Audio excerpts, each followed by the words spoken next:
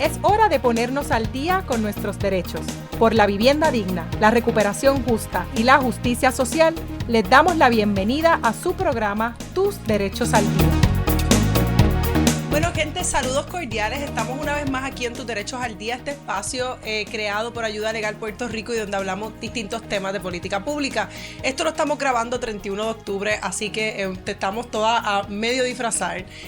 Un esfuerzo pues que estamos tratando de atenuar un poco considerando pues que el día es largo, la jornada es larga. Nosotras creemos en defender la alegría también como parte de ese derecho fundamental que tenemos a vivir plena y dignamente y por eso aprovechamos cada ocasión y siempre le invitamos a la gente a aprovechar cada ocasión que tenemos para disfrutar también la alegría, sobre todo en estos tiempos tan intensos. Y ese disfrute de la alegría no significa que le restemos seriedad o importancia o mucho menos trabajo a ese acompañamiento y a esa defensa de derechos que nos requiere esta coyuntura histórica. Por eso estamos aquí alrededor de la mesa, algunas disfrazadas, otras a mitad, pero sobre todo siempre comprometidas con el llamado que tenemos desde Ayuda Legal Puerto Rico a traer temas importantes, pero también a seguir abogando, que no es otra cosa que es defender. Así que saludos cordiales. Yo soy la licenciada Ariadna Michelle Godró, directora y fundadora de Ayuda Legal Puerto Rico. Saludos cordiales, compañera. Saludos, soy Verónica González del programa de Verónica, en toda honestidad, usted antes de esto era un dinosaurio. Yo hasta hace muy recientemente, en términos evolutivos, yo era un dinosaurio. Rivera. Muy recientemente, yo soy Verónica Rivera del programa Derecho a tu ¿Y de Casa. qué es tu disfraz de hoy? ¿De qué era? De turista en México. De turista en México, con todas las cosas que habías encontrado más o menos. Todas las cosas que iba buscando, me las iba poniendo así como estas artesanías. Y esta y las flores que tienes tengo, tú también andaba yo con ellas. Que me parece que es importante. Y saludos cordiales, Glory. Saludos a todos, todas. Glory Meléndez del programa de Apoderamiento Legal. ¿Quién tú eras? Yo era Wednesday Adams. Eres Wednesday Adams, pero esta Soy. persona vamos a volver a ella ya mismo. Sí. Y pues yo soy Ariadna, yo estoy vestida de directora ejecutiva. De sirenita en la vida real. Siempre contenta y agradecida de estar aquí. Y hablando de esto, defender la alegría, ¿verdad? Aparte de las cosas que nos quita este contexto histórico y que tiene que ver pues con toda la represión que estamos hablando, los recortes, la carencia económica, los temas de pobreza, los temas que tienen que ver con el derecho a la vivienda, es que siempre se siente como que hay una interferencia con algo muy fundamental, que es el derecho a vivir en paz. Y una de las cosas que hacemos muchas veces en Puerto Rico es que normalicemos que no disfrutamos del derecho a vivir en paz. Y digo desde esperar esa factura de Luma que de momento puede ser altísima, de momento se va a ir en la luz cuando está lloviendo, usted no se puede disfrutar la lluvia hace muchísimos años atrás. Más recientemente, de un tiempo para acá, ya era así una realidad en el resto de Puerto Rico, pero en el caso del área metropolitana también es cada vez, ¿verdad?, que algo sucede, el hecho de que se va a ir el agua o usted se está preparando por si de momento a usted le recortan las horas en el trabajo, por si sube la comida, por si los huevos suben de precio. Esa manera de asedio, ese ataque, ¿verdad?, constante a las cosas más básicas son parte, ¿verdad?, de las cosas que impiden que usted se pueda acostar por las noches en su cama y descansar. Son las cosas que a usted le suben la ansiedad, que le sube el estrés y es parte de nuestra realidad en Puerto Rico. Cuando la gente dice yo estoy harta porque nada funciona, es literalmente las cosas más básicas, ¿no? Y en estos últimos días hemos visto un ataque y más que el ataque, yo diría que el ataque es importante, pero también ver el desdén y el discrimen con el que se ha atendido con este tema que tiene que ver con los alimentos, con el derecho a los alimentos, que es un derecho fundamental, que no es un regalo, que no es un privilegio, sino que es parte de la responsabilidad del Estado, algo que hacen muchos otros países en el mundo, países muy capitalistas, y que tiene que ver con ofrecer a la gente que vive en ese país un piso de protección social, un mínimo para que las necesidades más básicas, entiéndase la comida para las personas indigentes, entiéndase la comida de personas de avanzada, entiéndase la comida para recién nacidos infantes, esté cubierta, para que eso no falte. Y eso que en el sistema, ¿verdad?, de Estados Unidos conocemos como la asistencia nutricional, en el caso de Puerto Rico el PAN, de momento se ve por asedio porque hay un cierre en el gobierno federal, se dice que no va a haber dinero y hay una incertidumbre enorme sobre si los chavos van a dar a noviembre. La respuesta del gobierno local ha sido estoy buscando una palabra de mucha incertidumbre, pero yo quiero decir que más que incertidumbre es negligencia. No podemos decir cuántos chavos hay disponibles, no podemos tampoco ponernos frontalmente a lo que está haciendo Donald Trump, amenazando con dejar a la gente sin comida, tampoco podemos dar certeza de qué va a pasar, y entonces este es el panorama. bueno, la respuesta del gobierno ha sido un poco de esperar lo mejor, ¿no? Y tal vez yo creo que había un optimismo, por llamarlo de alguna forma, Siga viéndolo. Tal vez viendo de que esto se va a resolver, de que esto tal vez no iba a llegar, y ahora estamos al 1 de noviembre y la puerca está ocho rabo. ¿Qué vamos a hacer?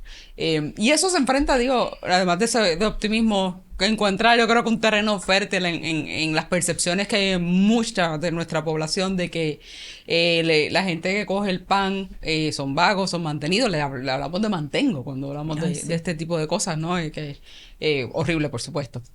De reconocer cuál es uno, primero que todos necesitamos alimentos. Y eso no es un lujo, ¿verdad? Y tampoco, en promedio las personas reciben $147 de los cupones. Nadie se está haciendo rico a costa de los cupones o de la asistencia nutricional, que la mayoría de la gente o no trabaja porque no puede, porque son niños, porque son adultos mayores, porque son personas con diversidad funcional, o está trabajando y a pesar de estar trabajando por las condiciones de trabajo que tenemos, todavía no puede satisfacer una necesidad básica sobre. En el caso de Puerto Rico estamos hablando de 1.3 millones de personas, de los cuales, como bien tú dices, ¿verdad? Adultos mayores, personas con diversidad funcional, mamás solteras, trabajadoras en las peores circunstancias posibles, ¿verdad? Pero también estamos hablando de la asistencia nutricional del WIC, para la que cualifican más familias todavía y que da alimentos 0 a 5, sobre todo en un país donde no se auspicia el derecho a la lactancia, donde se viola tanto el derecho a la licencia de lactancia. Esto muchas veces es el único alimento que tienen esos infantes y la garantía de que van a recibir una nutrición apta para que puedan crecer, sobre todo en esos primeros años. Una de las cosas más tristes que hemos enfrentado, si la amenaza en sí misma a que se sigan recibiendo los beneficios, es la reacción que ha tenido un sector bien grande de la población con un odio y un discrimen terrible hacia el alegado mantenido, gente, ¿verdad? Que como si la mayoría de las personas que estuvieran en el PAN son personas que pueden trabajar y que pueden generar sus ingresos y que no les da la gana de hacerlo. Y que por eso, pues, la reacción ha sido bien virulenta en las redes sociales, que son gente que se pongan a trabajar, que me alegro que les esté pasando, que qué bueno, que ya se acabó el pan de piquito, pero la realidad es que uno quedarse sin un ingreso de la noche a la mañana, sin uno poder tener otra fuente, un ingreso que está dirigido exclusivamente a los alimentos, porque lo que tú puedes comprar con esos $147 es alimentos nada más, pues es muy terrible. Es como cuando usted se queda sin horas en el trabajo. Entonces, un poco es doloroso ver la falta de solidaridad de un sector bien grande de la población ante esto que está pasando, y también el silencio de otro sector muy grande, ¿verdad? De que entonces pues ya no importa. No es, por ejemplo, en la prensa tú no ves que esto sea el tema principal de discusión cuando tú vas a tener próximamente un sector tan grande, prácticamente más de una tercera parte del país, que no va a recibir estos ingresos. ¿Y qué vamos a hacer? De nuevo, con los niños, con las personas mayores, personas retiradas que trabajaron toda su vida y que ahora lo que recibieron de pensión no les da y necesitan complementar. Y vamos a hablar un poco de ese que vamos a hacer, y es que el gobierno ha dado muchas cifras en un periodo de 48 horas. El gobierno primero dijo, primero nosotros pensábamos que el fondo de emergencia, que se parte de la reserva del presupuesto general, que tiene más o menos $1,000 millones, de repente existía, ¿no? Nos enteramos por una conferencia de prensa de legisladores populares que se estaban reclamando unos 125 millones de este fondo que existe para cubrir emergencias, ¿verdad? Y quiero decir aquí que esto es importante porque igual que Donald Trump hizo algo que ahora mismo se está retando a los tribunales de afuera, aquí en Puerto Rico ha habido una resistencia a nombrar esto como una emergencia, que no haya dinero para asignarlo a los temas de comida. Después se dijo que habían 70 millones, después se dijo que habían 50 millones, después se dijo que habían como 25 millones. Y lo último que sabemos es que es algo entre 50 y 70, y que es una tragedia que el gobierno de Puerto Rico no pueda tener claridad de cuántos chavos hay en la caja, ¿verdad? Esto no se trata de que usted está encontrando pesetas en un sofá, esto se trata de que usted administra un país que además se nutre en 46% del presupuesto de fondos federales que se supone están altamente regulados. Así que eso también pone en vilo cada vez que alguien nos dice esto está altamente regulado, ¿verdad? ¿Qué es lo que realmente significa? Hay alguien allí tirando talking points y a veces uno se siente que es a lo loco, ¿verdad? Y que no hay una labor de responsabilidad. Ha habido una resistencia a nombrar esto como un estado de emergencia. La realidad es que pues estos son unas tiradas que se hacen según el número de seguro social que tiene la persona, es como se van pagando en tandas, por así decir. El gobierno primero dijo que no habían chavos, después dijo que había para una semana, ahora dice que hay hasta el 10 de noviembre, que es básicamente lo mismo, porque si había para la primera semana de noviembre, que empieza el 3, y el próximo lunes es 10, pues ahí para la primera semana, pasa que suena más si decimos 10 de noviembre, pero no hay certidumbre y estamos literalmente a la espera de una de dos. Primero, que el Congreso llegue o sea forzado a un acuerdo que lamentablemente ganarían los republicanos y que encarecería drásticamente los planes médicos para personas empobrecidas en Puerto Rico y en los Estados Unidos, que no podrían pagarlo, punto. O segundo, estamos a la espera de un tribunal federal donde un grupo de 26 estados han ido a retar la determinación del presidente Trump de decir que esto no es una emergencia y no se van a usar los chavos que tenemos en reserva de emergencia para darle continuidad al programa para estos fines. Si Puerto Rico, si se gana por la vía del Tribunal Federal, interesante va a ser, aunque ya me puedo imaginar la respuesta del gobierno local de decir que aquí va a haber cupones porque alguien retó a Donald Trump. Y también interesante sería ver qué va a hacer la administración de Trump. Se supone que eso se emita en varias horas, así que cuando esto se publique ya posiblemente tenemos una decisión que dice que hay que liberar los fondos de emergencia. Y a la misma vez Trump está desesperado, creo yo, por mover al Congreso para que no suene que tiene que hacer esto por mandato federal, por mandato de un tribunal. Así que, y entre medio, ¿verdad? Los Hunger Games, digo yo, ¿verdad? Que es dejar a la gente en el medio, de la gente con hambre y utilizar el hambre como un token. Alguien me decía los otros días y con esto lo paso. Es que ningún presidente puede ser tan malo de verdad de matar a la gente de hambre.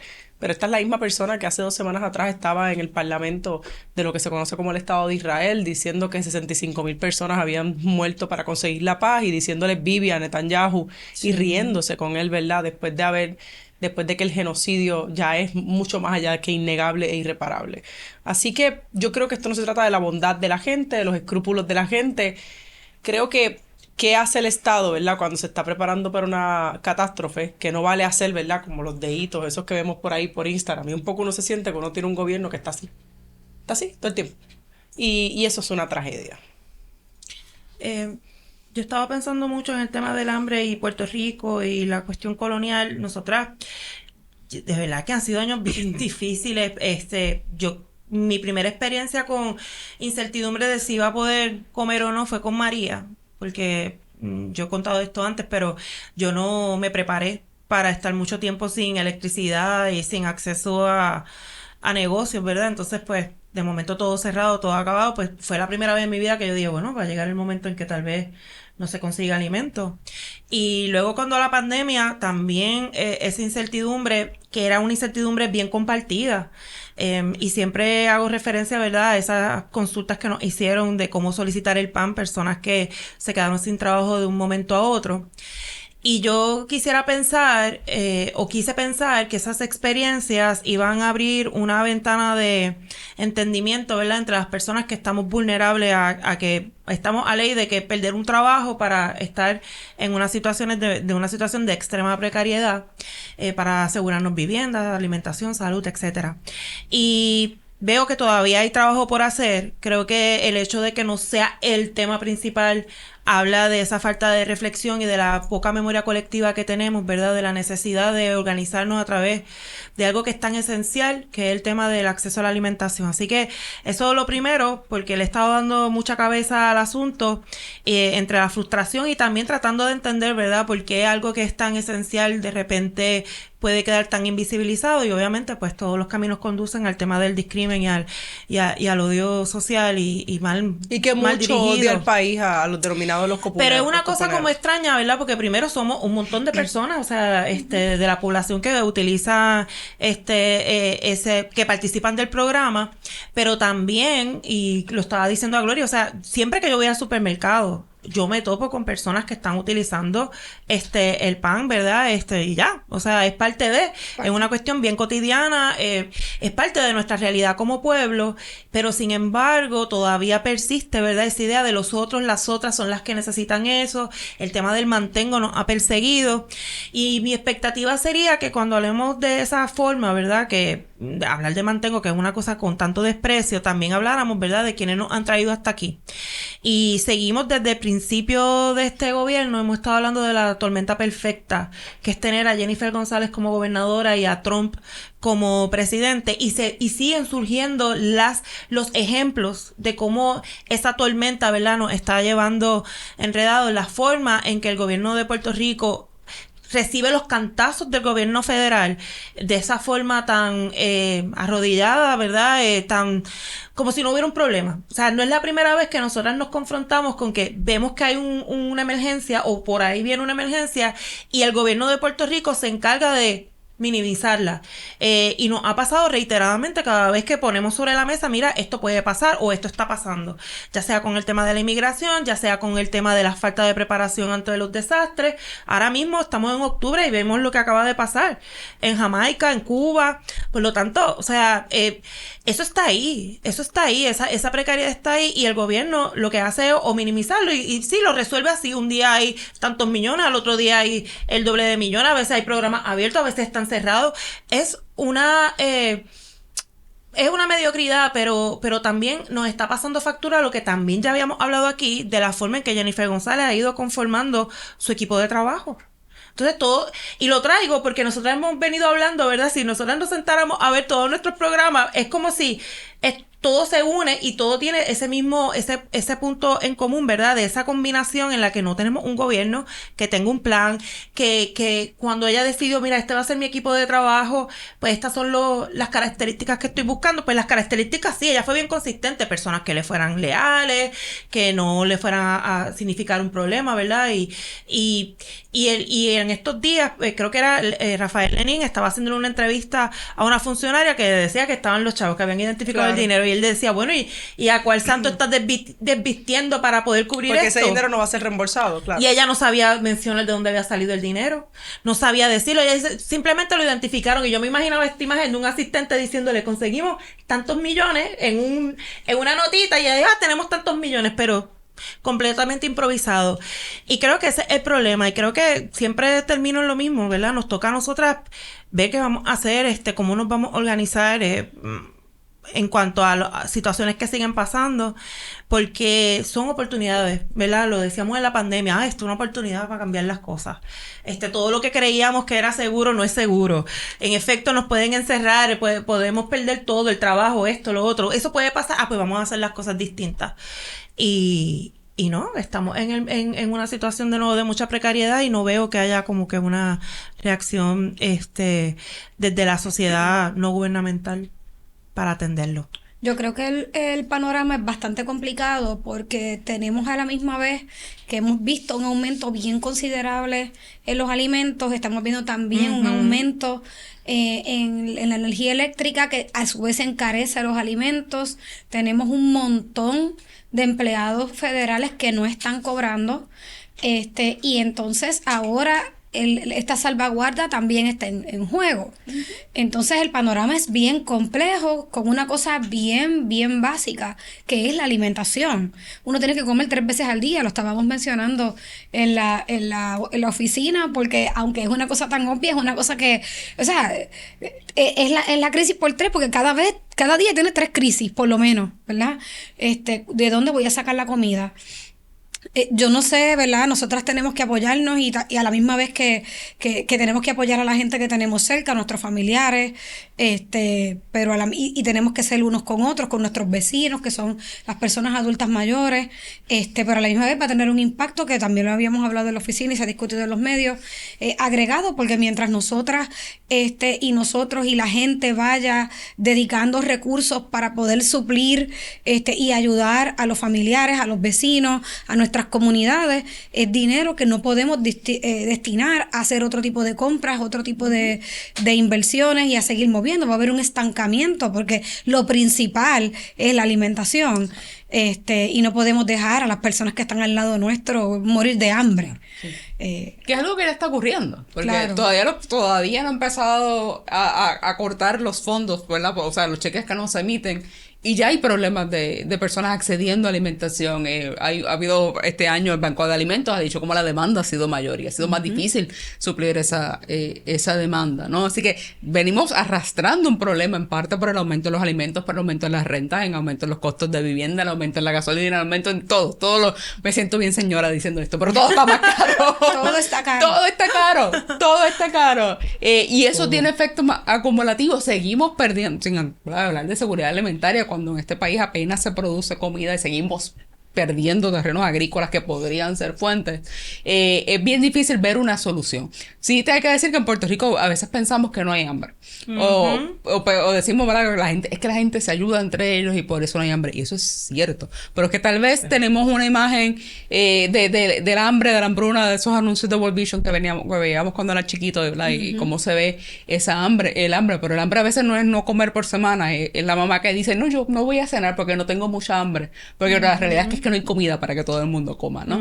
Y eso es un chip que tenemos que empezar a cambiar. Sí. Y aceptar que eso no necesariamente es vivir en dignidad, vivir en comodidad como deberíamos y aspiramos a vivir. De hecho, y perdona Mariana, hay 2 estudios por lo menos que se han hecho este año sobre inseguridad alimentaria, uno en junio y uno en agosto, que salieron, están en internet accesibles, uno lo trabajó Taller Salud, y es muy terrible.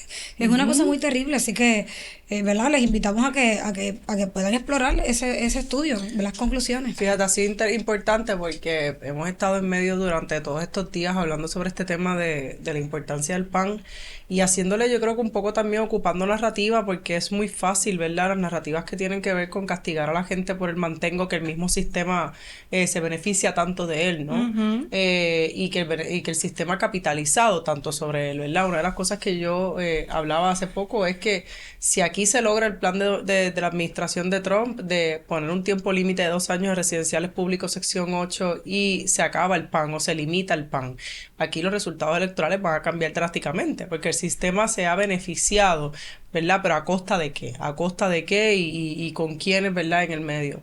Yo creo que en ese sentido, ¿verdad? Pensaba en lo que tú decías de la mamá que no come. Una de las preguntas más frecuentes ha sido siempre al inicio, pero licenciada, ¿en Puerto Rico hay hambre? Pues claro que hay hambre en Puerto Rico. Hay hambre de literalmente personas que no comen durante semanas.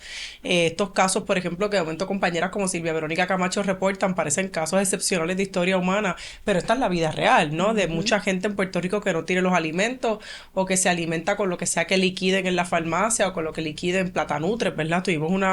Tenemos tenido muchos casos así, pero también, ¿verdad? Una de las cosas que yo recuerdo es hablar de la cuestión esta de la lonchera. ¿Qué se lleva para la lonchera a los niños? Esos sándwiches que eran en galletas desporzadas con queso y jamón y que tenían una razón de ser, y la botella de agua rodeada de papel toalla y después de aluminio, ¿verdad? Para que durara todo el día.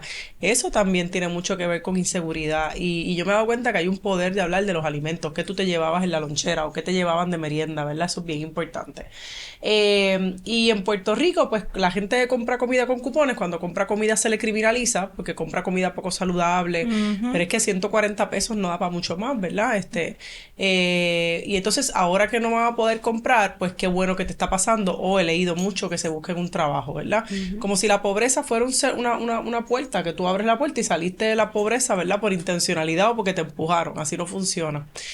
En días recientes, pues hemos logrado que más de 50 organizaciones endosen una declaración. Una declaración que literalmente somos organizaciones que hacemos trabajo legal, organizaciones que trabajamos con niñez, que trabajamos con mujeres, que trabajamos con adultos mayores, con distintos temas y que todas tenemos como un punto en común que la mayoría de las personas que nosotras acompañamos son personas beneficiarias del PAN. Y reciben el PAN no por accidente, y a la misma vez son participantes de nuestros proyectos, no por accidente, sino porque son personas que han sido vulneradas, ¿verdad? La pobreza como algo inducido, no algo que tú escoges, algo que literalmente se provoca con condiciones del sistema. Con el chamaquito de Loíza que no contratan porque viene de Loíza, con que los empleos que de momento se celebran son los de los fast foods o de servicio, los peores que pagan, con el hecho del discrimen racial a la hora de tener un empleo, del discrimen de género, las pocas posibilidades, que no hay transportación, que tienes que escoger entre un poquito de asistencia o irte a trabajar, que no hay cuido para las mamás. Todas esas cosas inciden, ¿no? Las organizaciones firmamos, pero no solamente firmamos, sino que presentamos una serie de propuestas. Y entre esas propuestas, ¿verdad? Quizás la primera, la declaración de un estado de emergencia que obliga a la gobernadora a liberar ese fondo de emergencia en función de la gente, de esa cuestión básica, ¿verdad? Y entre esos, ¿verdad, Verónica? Otros reclamos como son el subsidio. El subsidio, no debo decir la moratoria en el pago de servicios Perdóname, de servicios esenciales. De servicios esenciales, reconociendo de que bueno, para la mayoría de la gente lo que hace es desvestir un santo para vestir a otro, ¿no? Claro. Si no hay cupones, pues tal vez haya que dejarle pagar la luz para poder comprar comida, ¿no?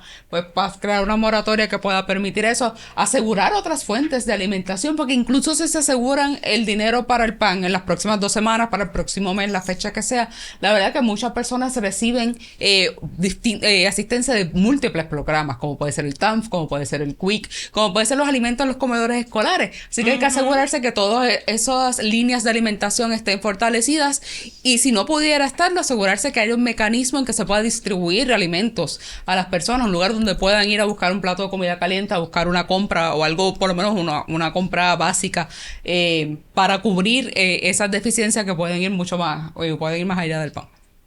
Mucho más. Glory, Yo, ¿cómo lo ves?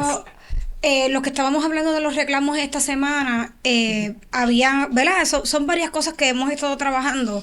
Las tenemos en la página de internet, en nuestra página institucional, ayudalegalpr.org, ayudalegalpuertorico.org, donde ustedes pueden verificar y también se pueden unir a este reclamo, a estos reclamos que tenemos. Sí, y también, ¿verdad? Un poco decir que yo espero y yo quiero pensar que esto se va a resolver antes de que realmente se detengan los fondos. Ya dijo el tribunal que se tiende, ¿verdad?, a fallar a favor de esta controversia contra Trump, pero que eso significa que va a haber un retraso ciertamente, ¿verdad? Y que no saben de cuánto va a ser un retraso, pero obviamente hay que poner la maquinaria que se paralizó a correr. Pero yo creo que hay algo muy importante, que es que esto es una coyuntura única para defender este derecho fundamental de la gente, porque si normalizamos que esto esté en peligro, igual que normalizamos el encarecimiento de los alimentos, igual que normalizamos el encarecimiento de la luz, que hay un proceso de indignación, pero de más nada, nos tendemos a que esta sea nuestra nueva normalidad. Si aquí se demuestra que no hay indignación porque se les va a quitar la comida de la mesa a las personas empobrecidas, cuando vengan por la vivienda pública, cuando vengan por sección 8, cuando vengan por los planes médicos, cuando vengan por los subsidios que cogen las hipotecas FHA, que son la mayoría de la cartera de Puerto Rico, no va a haber nada que hacer. Va a ser muy poco el espacio de acción. Y en ese sentido, ¿verdad?, ese reclamo tan importante a movilizarse. Aquí hace 4 años atrás, en medio de la pandemia, arrestaron a un grupo de personas que salió a la calle de distintas denominaciones, de distintas ideologías, a luchar por el hecho de que no podían comprar alimentos. No podían. Y en aquel momento arrestaron al fundador y líder de Comedores Sociales, el compañero Giovanni Roberto, que aquellos visuales bien impresionantes desde la cárcel, desde el cuartel, ¿verdad? Estaba en la cárcel del cuartel, se escuchaba a lo profundo y los medios cubrieron él cantando: yo lo que quiero es comida para los pobres, yo lo que quiero es comida para los pobres. Y esas palabras que calaron tanto hace 4 años atrás siguen siendo, ¿verdad?, parte de nuestra actualidad, y me parece que por eso nuestra responsabilidad es defender ese principio básico y sobre todo contra el discrimen, porque el discrimen, nosotras de eso sabemos, de cuando llevamos a una mamá soltera y la acompañamos a un tribunal y se le pregunta por qué usted se compró tal cosa y usted no pagó la renta, o cuando de momento a un adulto mayor que tiene una enfermedad catastrófica y deja de pagar la hipoteca se le dice porque usted no planificó mejor, o cuando hay una adulta mayor abandonada y de momento un informe dice debió haber sido mejor mamá o mejor abuela para que los hijos y los nietos se hicieran cargo. Esa cuestión de responsabilizar siempre al de más abajo, que es lo mismo que pasa con la deuda pública, que es lo mismo que pasa con la violencia doméstica, que es lo que pasa en todos los sistemas, es algo con lo que tenemos que combatir, ¿verdad? Y eso es parte de nuestra responsabilidad como personas que defienden la justicia social. Dicho eso, la declaración está disponible en ayudalegalpuertorico.org, como dijo la compañera. Vamos a seguir cogiendo firmas y poniéndola ahí. Las declaraciones sirven también para apuntar coordenadas de dónde estamos y con quiénes estamos.